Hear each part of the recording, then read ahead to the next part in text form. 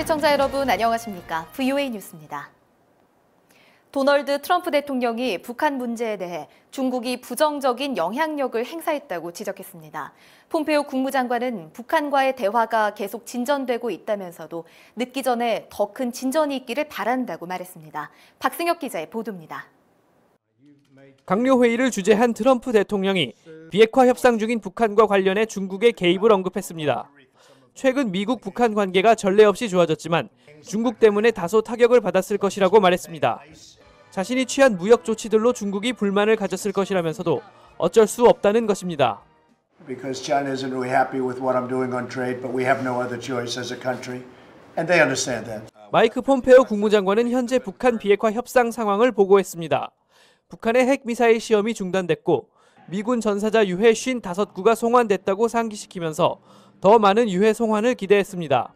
그러면서 이런 진전은 이뤄가고 있으며 더 늦기 전에 큰 진전이 있기를 바란다고 밝혔습니다. So continuing to make progress and hoping that we can make a big step here before too long. 한편 신임 국무부 정무차관에 지명된 데이비드 헤일 주 파키스탄 미국 대사는 오늘 청문회에서 인권 문제는 미국의 안보 차원에서 대응해야 한다며 북한 등을 지목했습니다. I also believe that it's important that human rights be an integrated part at the core of our national security strategies for a range of countries, stretching from North Korea to Burma to Venezuela, Cuba as well. 이런 가운데 미 재무부가 북한과의 불법 무역과 관련해 중국과 러시아 기업을 제재 대상에 추가하자 두 나라는 일방적 조치라며 반발했습니다. VOA 뉴스 박승혁입니다. 미북 협상이 진행 중이지만 북한의 구체적인 비핵화 조치가 보이지 않자 미 의원들은 추가 대북 제재가 필요하다고 밝혔습니다. 비핵화 진전 없이는 경제 협력도 없다는 것은 한국도 알고 있다고 지적했습니다. 조은정 기자의 보도입니다. 코리 가드너 상원 외교위 동아태소 위원장은 재무부가 유엔 안보리 제재를 위반한 북한과 거래한 중국과 러시아 기업들을 제재한 데 대해 환영했습니다. 제재를 위반한 기업들은 직접 공개하고 북한에 타격을 줘야 한다는 것입니다. 가드너 의원은 특히 북한의 구체적인 비핵화 조치가 없는 현재 상황에서 대북 압박은 강화해야 한다고 밝혔습니다. More needs to be done, more pressure needs to be applied, and we need to have those concrete, verifiable steps toward denuclearization before any relief is even considered. 가드너 의원은 이어 비핵화와 경제 협력을 동시에 추진하고 있는 한국 정부의 구상은 경계했습니다. 확실한 비핵화 조치가 우선이라는 것입니다. South Korea understands that we can't have any kind of economic actions or activities until we see denuclearization. 북한과 거래하는 모든 개인과 기업의 세컨더리 보이콧, 즉 3자 제재를 가하는 리드 액트 법안을 발의한 가드너 의원은 동료 의원들의 지지가 높다며 법안 통과에 자신감을 보였습니다. 리처드 셸비 의원은 북한의 비핵화가 쉽게 이뤄지지 않을 것이라면서 북한의 전향적인 조치를 촉구했습니다. That's a step-by-step process, but I think North Korea's got to make some positive steps.